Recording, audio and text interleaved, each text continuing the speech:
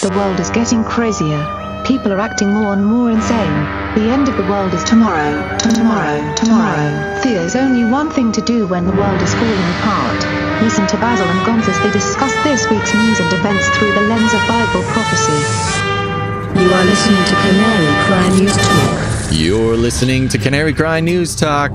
Today is July 11th, 2018, and this week, Psycho-Billies and Spy Toys. My name's Basil. And this is Gonz. This is where we bring fringe news with Canary Cry views. Hey, there we go. Before we get into it, I want to let everybody know on the extended report this week, we're going to be talking about animals, baby. We got all sorts of animal news. Are they people? I don't know. Can one dog be 49 dogs? Who knows? And can robots get goosebumps? And more on the extended reports. Head over to patreon.com/CCNT. But before that, Gonz, you got an update for me? I do. Yes. It was a story that was published by, who is this? Motherboard. And they said scientists invented AI made from DNA. And we knew it was coming. Researchers made a neural network out of DNA that can recognize handwriting numbers. And this is by Caltech. And they say here that DNA, they created an artificial neural network from synthetic DNA that is able to recognize numbers coded in molecules, as a novel implementation of classic machine learning tests that demonstrates how the very building blocks of life can be harnessed as a computer. There's just so many things with that are concerning to me. I mean, first of all, the term synthetic DNA, I mean, that's how you start any like disastrous sci-fi movie. Right. And then add some artificial intelligence in there. And we got a nice full-blown apocalyptic situation there. Yeah, they talk about in the article, we'll link to it in the show notes, how, basically the architecture of the computing is very similar to a neural network. And so what they did was they instead of using silicon and transistors, they used DNA and test tubes as their neural network's hardware. Awesome. Yeah. Awesome. That's the fluid that's going to be filling the brains of our ultimate our demise. Synthetic robot, humanoid. Terminator robots. Yeah, it's exactly. going to be great. It's going to be great, everybody. So there's your update. We've mentioned that before, but they're making strides. Another little update here. This is an article from Inc.com. Basically, Google's saying we are not a truth engine. That's right. Is that their accent? Hey, everybody, we're Google. Well, howdy. Welcome to Google, the rootinest, tootinest tech guys in the world. Oh. Yeah. This is okay. Very good. So yeah, anyway, I mean, it's a long article, but basically there's a new liaison over there at Google. And he says, one of the big issues that we're pondering is how to explain that our role is to get you authoritative, good information, but that ultimately people have to process that information for themselves. And reiterating later on, we are not a truth engine. You can't just Google something and think you know the truth. Wait, no, yeah. Hold on. Right, that's your big world-shattering update for today. Google is not a truth engine? Nope, and they admit it. They admit it themselves. This is shattering my paradigm. I know. No longer can you just Google something and then go win a Facebook argument. Well, you still can, in your mind. Well, I don't think there's such thing as winning a Facebook argument. Yeah, exactly. It's a perceptive thing. Yeah, exactly. Right. Okay, well, we're doing good on time, so let's get right into the main stories here. Speaking of the beast system. That's right. Speaking of the beast system, Psycho-Billies. This is a article on Medium by a gentleman named Douglas Rushkoff. And this isn't necessarily like a hard news article, but I thought it was fascinating. I'm going to start a few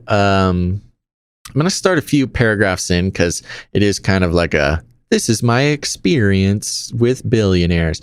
Basically, this guy spoke at some billionaire investment kind of conference, and he's some sort of like tech expert, future guy.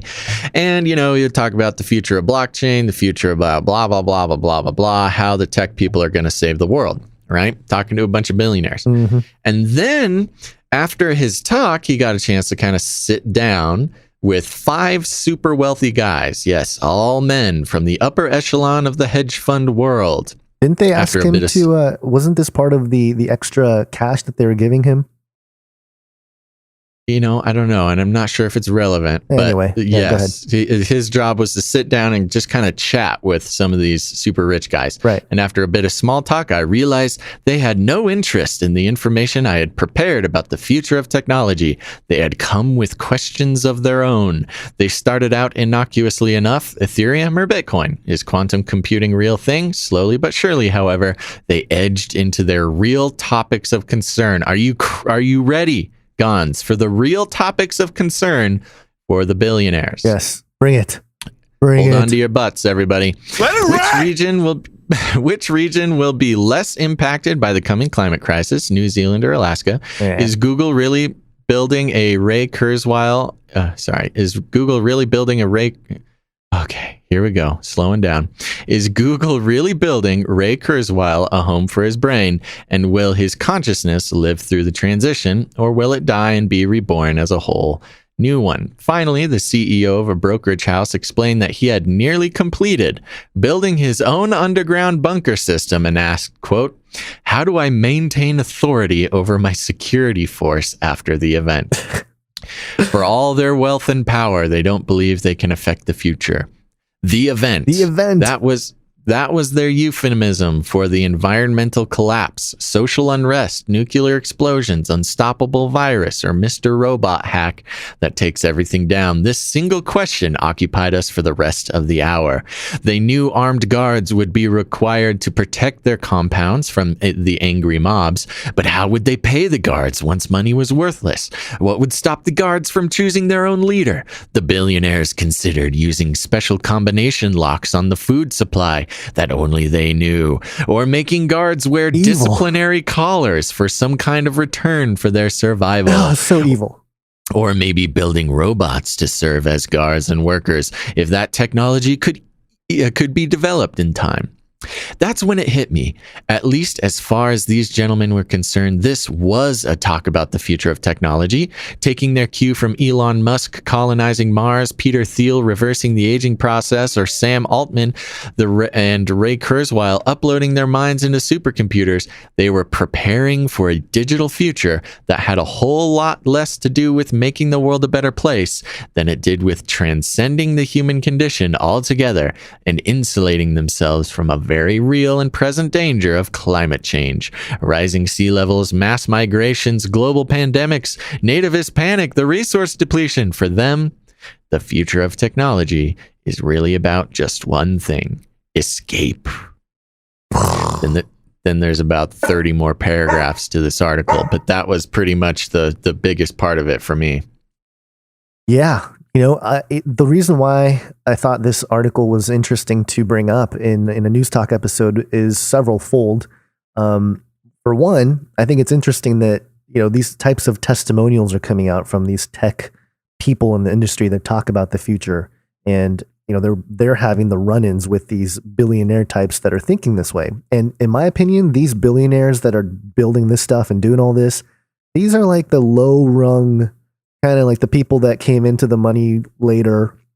These aren't like the higher echelon elite that are probably already done building all their stuff.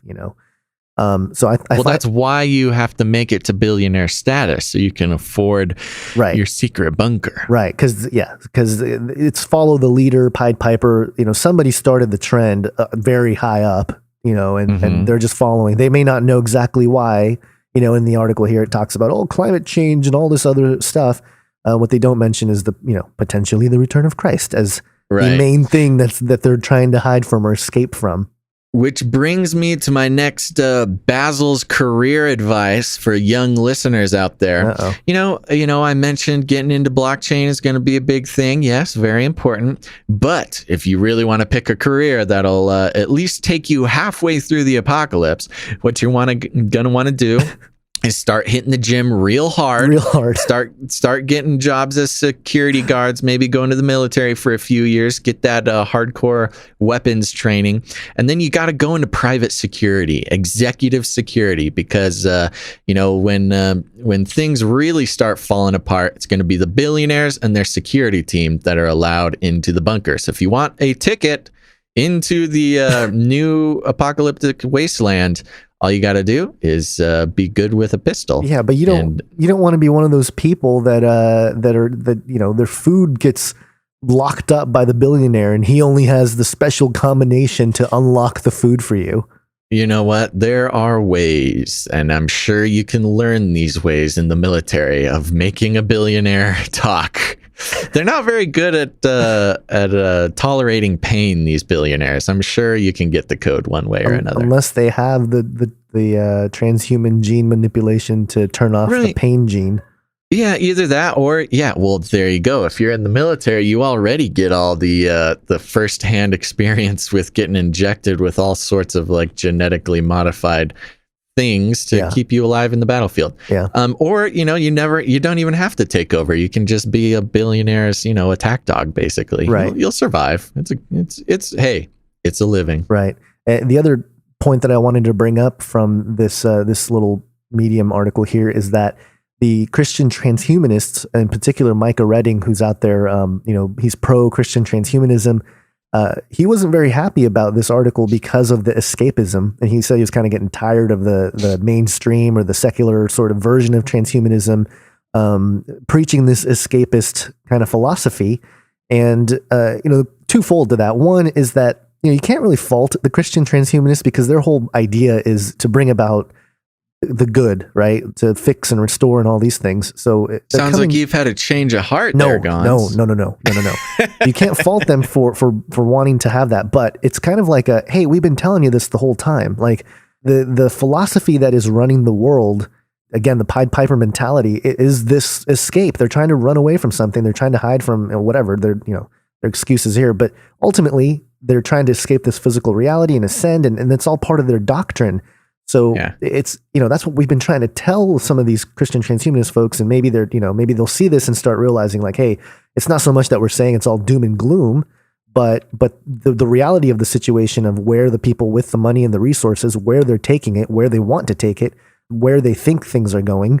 And then just to bring that conversation along, because, I believe these folks are genuine Christ believers, but maybe they're applying this idea of transhumanism in a more idealistic fashion than we are. But and there are probably going to be some positive things that come out of this technology. But ultimately, those with the movers and shakers, so to speak, even at the lower levels that affect us, as we've been reporting on Canary Cry News Talk since the beginning, towns being affected by the technocrats. We'll talk about animals now being becoming a thing with and humans and machines, everything that we've touched on. I just feel like this is it's kind of bleeding out. Like the whole philosophy is not so much this esoteric thing anymore. It's like, there's as more billionaires, happen on the earth. Billionaires happen. It's like a natural disaster. Well, earthquakes just happen, and billionaires just happen. I mean, it's they're basic biblical principles. If you can't serve two masters, the love of money is all kinds of evil. All those principles at play, scale it up. That's kind of what we're seeing with the tech and the billionaires and all that stuff. So, I just don't think there's anything surprising there. But it's just interesting that a lot of it is becoming more transparent, and it's becoming something that people are realizing. Even at the level of just some futurist dude who's doing it and talking to these billionaires. Yep. Well, Gons, speaking of transparent and speaking of the beast system. Come on. Hold on. Speaking of the beast system. Do the reggae one. Speaking of the beast system. Yeah, speaking of the beast system. That's right. On NBCnews.com, we got an article entitled Smart Technology Sees Through Walls to Track and Identify People. This is something actually we kind of poked a finger at a few years ago. Back in the day of Canary Cry Radio, I believe maybe we talked about this. And that's right. We can see through walls. Yeah. A group of researchers and students at MIT have developed an intelligent radar-like technology that makes it possible to see through walls to track people as they move around. A development that could prove useful for monitoring the elderly or sick, as well as for other applications. Monitoring the elderly or sick. Okay, that sounds good. As well as for other applications. But that also raises privacy concerns. Thank you very much. Tests show that the technology known as RF pose can reveal whether someone is walking, sitting, standing, or even waving. Yeah, and can identify individuals from a known group with a success rate of 83%. Now, just to repeat that, can identify individuals from a known group with success rate of 83%. So not only can they see through the wall, see that a person is there, but they can tell who the person is. Now, we discussed this, again, years ago on Canary Cry Radio, where they had, I think it's similar technology using radio waves. But back then, they basically had this huge truck-mounted like microwave antenna thing that they would like blast at a wall to see if like somebody was back there. But as we read on here, we'll learn that that's changed a little bit. Its developers say it could prove useful for law enforcement, search and rescue, and perhaps most importantly, healthcare. Quote, we've seen that monitoring patients' walking speed and ability to do basic activities on their own gives healthcare providers a window into their lives that they didn't have before, which could be meaningful for a whole range of diseases. I think it's interesting. Dina Katabi mentions this because it's like, you know, we're doctors. We're trying to help our patients, but we need to spy on them through walls to help them. We're here to help you. She and her colleagues presented new research about the technology last month at a computer vision conference in Salt Lake City. Katabi told doctors might use the technology to keep tabs on someone with Parkinson's disease by watching for changes in gait that might indicate a looming problem. Yeah, because you couldn't do that, you know, when you're in the same room as somebody, you have to spy on them to do this. Or people might use it to monitor an elderly relative, for example, to receive an instant alert if he or she falls. Yeah, that's useful. The technology, which uses artificial intelligence to interpret radio wave data, grows out of earlier work by the same group. Previous versions of the technology could detect a person's silhouette behind a wall, but Katabi said this is the first time it's been possible to closely track and identify people. The heart of RF pose is a laptop-sized radio transmitter. No longer need a pickup truck to drive this one around. The radio waves it beams out pass through the walls, but are reflected by human bodies because of their high water content. So presumably you can also detect, you know, cups of water on the other side of a wall. Is. We just got to live in a pool. You just gotta be really dehydrated and live in a pool, and they can't see you. I mean, that's not a bad idea. You know, you can imagine in the future when the billionaires have their DNA artificially intelligent robots stalking around trying to eliminate the mutant humans. All you got to do is fill up your bathtub with water and hide in it, and the robots can't see through the walls and see you. Those are the types of tips you don't get anywhere else, folks. So there you go. And then the article goes on. It's very interesting. It kind of does a readout. I find this fascinating because in their previous versions of the technology, you could actually kind of get like kind of a vision of the person. You could see their silhouette. You could kind of see a little bit of the details of their body. But they kind of did, you know, when those full body scanners showed up at the TSA in the airport, and at first the little screen readout like showed like a disturbingly detailed like version of your body on the screen, your naked body on the screen to everybody, and everybody's like, no, I don't like this. Yeah. Do you remember that? Yeah. And so then they like changed it over to like just like a fake cartoonish person. And then finally people didn't like that, so they just, you go through that full body scanner. I don't know if you've done this recently. You go through the full body scanner, and then it's just a big screen that says okay, and then you get to go. So they had to get rid of that. Anyways, so past versions of this technology were kind of disturbingly accurate at at looking at your body, but now they kind of did some AI, did some cartoon work, and now it's just a stick figure. So that's nice. Yeah, that's nice of them to do. Yeah. Very, very, courteous of them to be considerate of our privacy. Yeah, absolutely. Well, it does bring up those privacy concerns because, this is a laptop-sized thing. Right. And yes, of course, if a doctor has it, or if there's like a care home, for the elderly, you want to have that. And that's nice. Make it easy to like spy on people because they're old and that's okay. But if somebody gets a hold of this laptop sized thing, you can just walk around the neighborhood. Right. And check it out, scope out somebody's house, see if there's any people in there, and then just pop on in, take a look around. If you're staying at a hospital, are there like laws or anything against like video cameras inside or something? Well, see, Gons, that brings up an excellent question. Why are we trying to do this if we could just use video cameras? Yeah. What is that's what I'm saying. They're talking about this in like medical terms. And, we see that a lot with all this sort of technology stuff. They always try to push the medical application, right? Yeah.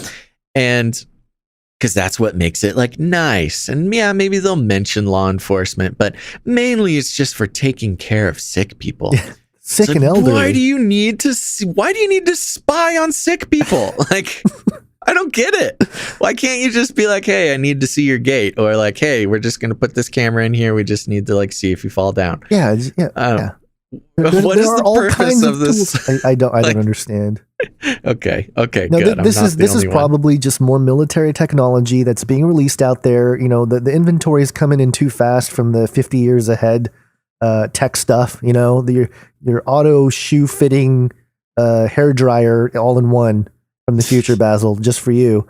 Thank you. It's on the shelf now, so they got to push off some of the older stuff. Yeah. So the see-through wall detection thing is in play. So they had to spin it. Well, I mean, this is exactly it. And, if we're going to break down this story, like we've broken down many other stories, this is how you release technology that you actually want to sell to the government. Right. You actually want to sell this to the military, but you can't necessarily come out publicly and say like, hey, we're making Terminator destroy all human technology, so we're going to say this is for taking care of sick people, but all the military guys are going to see it and be like, oh yes, perfect. And that's where they're actually going to end up selling this. I'm going to make the call right now. You're not going to see this technology put in use in hospitals. It'll never make it to hospitals. I don't think so either. I mean, maybe they'll do like a test case or like a use case for sales purposes, where they can bring in the military people and be like, welcome to the hospital. Let us show you how we can spy on sick people. So you can spy on sick people too there. Yeah. Military man. It actually just, to be fair, they acknowledged the privacy concerns in the article. And Katabi stated, quote, particularly in the current climate, this is an important question, the question of the privacy issue. We have developed mechanisms to block the use of the technology, and it anonymizes and encrypts the data. That's the stick figure thing I'm telling you about. Right, but no, and I don't give credit to companies for doing this. We've given enough credit for companies like mentioning privacy concerns. In today's day and age, you don't get credit for mentioning privacy concerns. Okay. Okay. That's marketing. That's, you can't not mention privacy concerns because everybody is aware of it. You're not going to get away with anything if you don't mention privacy concerns. So no more do you get points for just mentioning privacy concerns. All right, okay. You don't get points if you mention it and then continue building the technology. Okay, well, I was trying to be optimistic, but by the time I finished the quote, I was already disillusioned. So, you know. Yeah. I don't know if you can tell, but I read the thing. That's your response? Come on. Yeah, no, you're not in trouble. I'm just saying these guys, they don't get points for that. You're in huge trouble. I'm cowering in the corner of the room. Scolding you on air. No, gonzo. Childhood memories. Yeah. Okay. Yeah. Oh, yeah. You got something else for this? Well, it was just interesting that it had mentioned the Michael J. Fox Foundation for Parkinson's Research. It hopes, eventually the market goes to commercial or the technology goes commercial or whatever. It's going to be interesting to see some of these individuals like Michael J. Fox and others who are pillars of science fiction lore, benefiting from the profiting off of sales to militaries around the world to spy on civilians. Yes, that will be very interesting to see Michael J. Fox turn his back on the human race. Okay. Sorry, Mike. Little spin, little more than where I was going. But hey, you know what? A to C, baby. Yes, exactly. Okay, I'm going to take this little extra time to tell people about our news aggregation. Yes. Is that cool, Gons? Yeah, that sounds good. Now, we mentioned it. I forgot to mention it last episode, but if you haven't done it yet, you can head to canarycrynewstalk.com.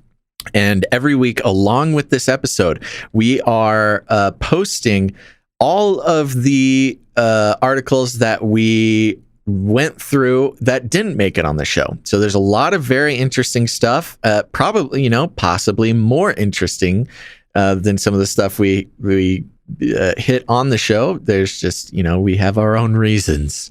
We have all our advertisers we have to please. That was a joke. But yeah, if you want to get more, if you got some time on your hands, you want some good articles to look through, you want to keep your eye on the same stuff that Gons and I are keeping an eye on, you can head over to canarycrynewstalk.com and there'll be a whole bunch of stuff for you to look at. And I highly recommend people do that because there's a lot of interesting stuff that we're just not able to hit on the show. The one that we would definitely do, but wasn't really something that we would work on a podcast was Disney, and they have a new robot, which is a like an acrobat robot, and it's very humanoid looking. It's humanoid acrobat robot, and there's a great video you guys have to watch because it's real creepy. Yeah, it's great. But it's gonna start replacing real acrobats, I think. Yeah. So sorry. Another Basil career pick. Don't become an acrobat, kids, because the robots are coming for your jobs. Oh boy. They can flip burgers and also flip in the air like graceful acrobats. Okay. Also, remember, we have the extended report over at patreon.com/Canary Cry News Talk. We gave away the one last week for free. This one's even better, folks. Head over there to patreon.com. We got the extended report. This one, we're going to be talking about aminals. That's right, aminals. Aminals? We spoke on Canary Cry Radio a while back, a long time ago, about the personhood of animals. Well, that's making some big strides. Also, we have a dog that's now 50 dogs. So that's going to be really important. Also, robots can have goosebumps, and we might be talking about some butterflies and some CRISPRs and some things like that. So head on over to that, patreon.com/CCNT. But if you haven't yet, go out there, everybody, this week and rattle some cages. I want to shake things up, stir up some controversy, rattle a few cages. Hey, stop that! You'll never silence me. I'm the last angry man, a crusader for the little guy. Leave the bird alone. Never. Rattle a few cages. Rattle a few cages. It's gotta be biblical. That's right, everybody. Let your people know that the mainstream media is not the place to go. Canary Cry News Talk is the place for them. And make sure to come back next week. But until then, think outside the cage.